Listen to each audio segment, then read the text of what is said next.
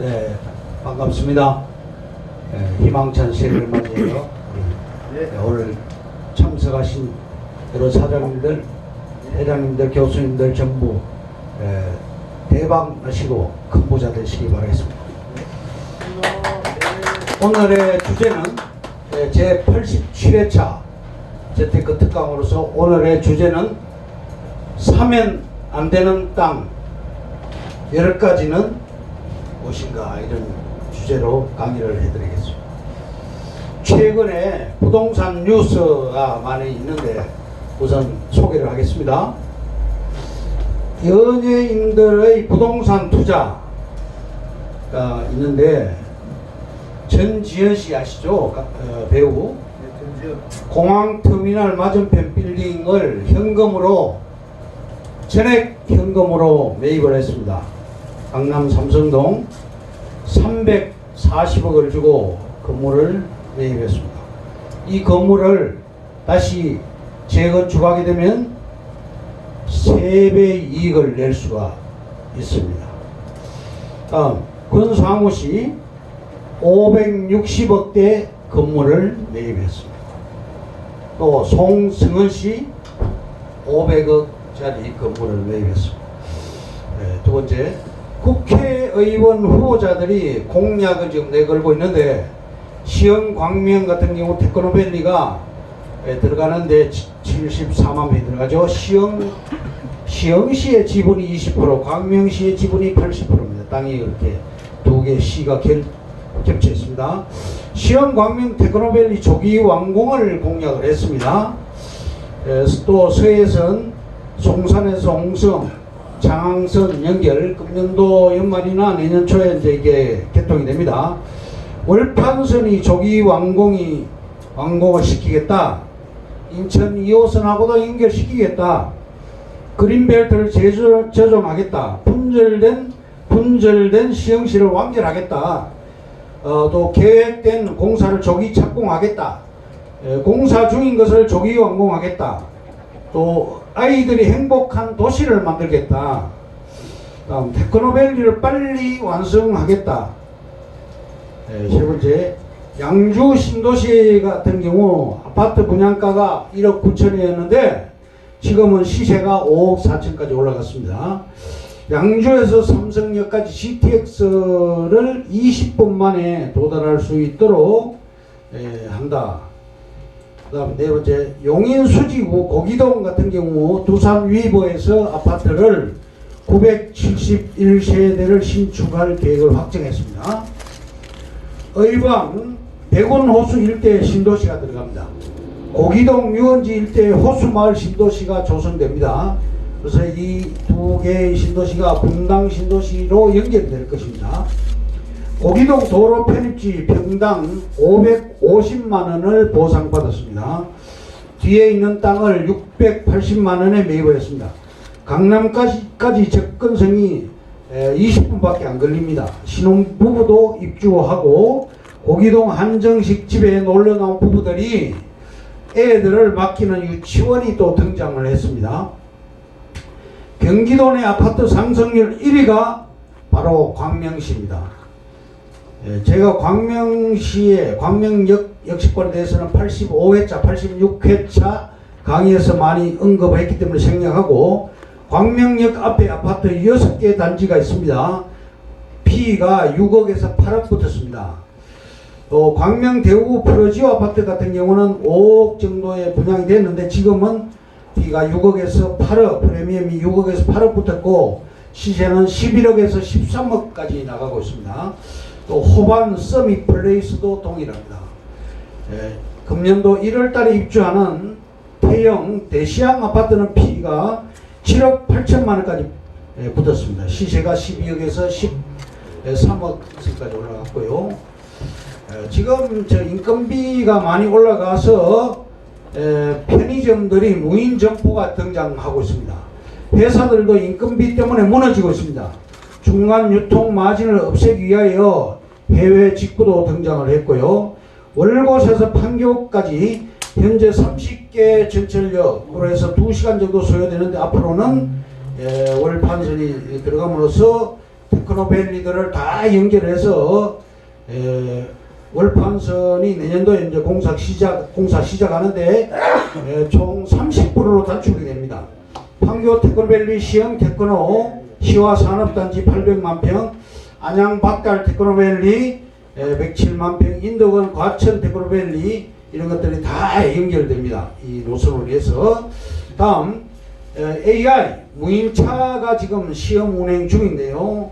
AI라면 이세돌 그 바둑 천재가 최근에 한돌하고 인공지능 AI 한돌하고 붙어서 1승 2패를 기록했죠.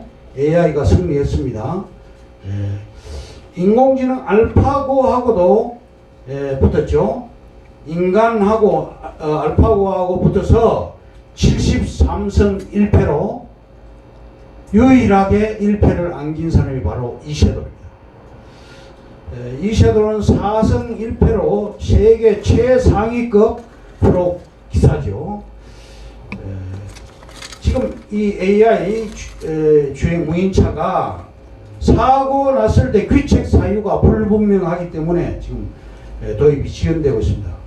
대체 에너지도 등장을 해서 석유 소비량이 급감을 하고 산유국들이 타격을 받습니다. 부동산 이슈로 보면 대치동 같은 곳, 학군이 좋은 곳에 전세가가 올라가고 있습니다. 미국, 호주 같은 땅덩어리가 큰 국가는 부동산 문제가 없습니다만은 일본과 비슷한 우리나라는 일본의 20년 전 현상이 지금 벌어지고 있습니다. 집값을 억제하기 위한 대책을 계속 내놓고 있는데 2020년 3월에도 강력한 아파트 규제 정책이 나올 것입니다. 수도권에 30만 호를 시급히 공급하겠다 하는 게 정부의 정책입니다. 해마다 해온 이야기를 반복해서 하고 있습니다. 반전세가 유행하고 있죠. 15억 넘는 아파트 값은 40%가 강남 상구에 있습니다. 그 대신에 학군이 문제가 되죠. 땅은 변화가 없습니다. 이유는 부정성의 원칙 때문입니다. 전철 주 출입구 주변 땅값은 급등을 하죠. 예를 들면 병점역 1번 출구나 우정역 1번 출구 같은 곳입니다. 다음, 부동산에는 버블이 있어도 땅에는 거품이 없다. 17개를 소개하겠습니다. 첫째, 땅의 개인 소유권을 인정하는 나라 세계 190개국 중에서 15개 나라밖에 없습니다. 우리나라는 우리나라는 15개국 나라에 속하는 나라로서 개인 소유권과 상한선 제한도 없습니다. 얼마든지 돈만 있으면 살 수가 있습니다. 3번, 정부에서는 국유지도 귀찮다고 마구 팔아치우고 있습니다. 4번, LH공사 토지개발공사를 만들어서 땅 장사를 하고 있습니다. 5번, 가용 토지를 몽땅 사들여서 수십만 평, 수백만 평까지 토지 개발해서 땅 장사, 집 장사를 하는 사람들에게 비싼 값에 팔고 있습니다. 그 대신에 6번, 절대 할인 안 해줍니다. 그 이유는 버블이 아니라는 증거죠. 7번, 아파트 늪에 빠진 도시민들은 땅에 신경 쓸 겨를이 없고 오로지 큰 평수 아파트로 옮겨 앉는 것만이 당면 과제라고 생각들을 하고 있습니다. 8번, 그러는 사이 땅 맛을 아는 사람들은 땅을 불려나가기에 정신이 없습니다. 9번, 우리나라 국민의 1.2%인 60만 명이 우리나라 전체 사유지의 65%를 소유를 했습니다. 10번, 5만 평 이상 소유자가 4만 3천 명인데 11번, 4만 3천 명이 차지한 땅의 총 평수는 우리나라 전체 사유지의 65%를 소유하고 있습니다. 전체 사유지의 25%, 12번, 25% 중에서 절반은 불과 2천 명이 소유하고 있습니다. 13번, 극소수 사람에게 많은 땅이 편중되어 있는 이유는 14번, 주거 생활 문화 도시로 몰리게 하는 공동주택 문화로 바뀌었기 때문입니다. 15번 사람들에게 땅은 없어도 되기 때문에 아파트만 늘려가면 된다는 인식이 팽배합니다. 16번 그러는 사이에 소수의 땅맛을 아는 사람들과 즉 권력가인 재벌들 손으로 땅이 넘어가고 있습니다. 17번 한 번 들어가면 나오지 않으니까 땅값은 아무리 올라도 거품 현상이 일어나지 않는 것입니다. 다음 부익부 빈익빈 현상에 대해서 11가지를 소개하겠습니다. 첫째, 옛말에 열흘 붉은 꽃이 없고 부자도 3대 가기 어렵다는 말이 있습니다. 가만히 있어도 부익부가 계속되는 것은 아닙니다. 부자일수록 가난한 사람보다 몇 배 피난 노력이 절실합니다. 어느 한순간 방심하고 가족이 단합되지 못하면 아무리 튼튼한 부라도 무너지게 됩니다. 5번 부도 지키기가 힘든데 빈자에서 부자 되기는 어렵고도 힘든 도전입니다. 노력만큼 열매가 그 끝을 거짓없이 입증해 줍니다. 다음 실한 열매를 따먹을 수 있는 노후가 되려면 젊어서부터 대비하는 강한 정신력이 필요합니다.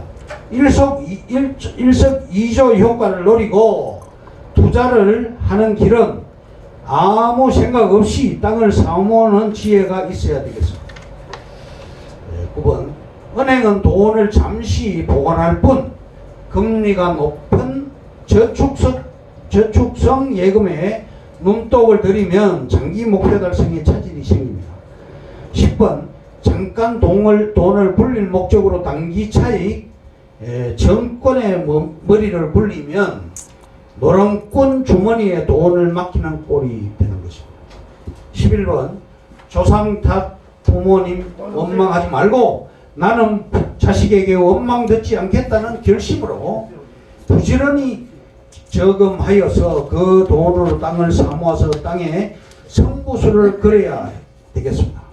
다음 사면 안 되는 땅 10가지를 들어드리겠습니다. 첫째, 땅 문서만 돌아다니는 땅은 예를 들면 땅은 물속에 잠긴 땅 그런 것이 되겠죠. 2번 매매 위임장 들고 다니면서 이민간 친척 친구 땅이라고 말하는 사람과는 계약을 하면 안 되겠습니다. 3번 무인도, DMZ, 국립공원, 높은 산, 험한 산, 위험한 곳에 있는 땅 이런 땅을 사면 안 되겠습니다. 4번 법인 땅 외에는 지주 외 그 어떤 제3자와도 계약하면 안 됩니다. 5번 회사의 물건 담보로 설정된 땅 수출 담보 같은 게 되겠죠. 6번 가격이 싸거나 주변 땅값의 반의 반값이라고 나오는 그런 땅도 위험합니다. 7번 사망자 땅, 상속 분쟁 중인 땅, 종중 땅, 수감자 땅 이런 땅도 하면 안 되겠고 8번 주위 친척이나 아는 사람이 권하는 땅도 조심해야 되겠습니다. 9번 개발 호재가 없는 땅 조심해야 됩니다. 인구가 감소하는 곳이 되겠죠. 10번 소유자가 미성년자인 땅 이런 땅도 하면 안 됩니다. 10가지를 들어드렸고요. 다음 땅을 사는 목적이 정해졌다면 부자의 대열에 줄을 쓴 것이다. 부자의 반열에 올라가는 땅 그런 거를 14개를 소개를 하겠습니다.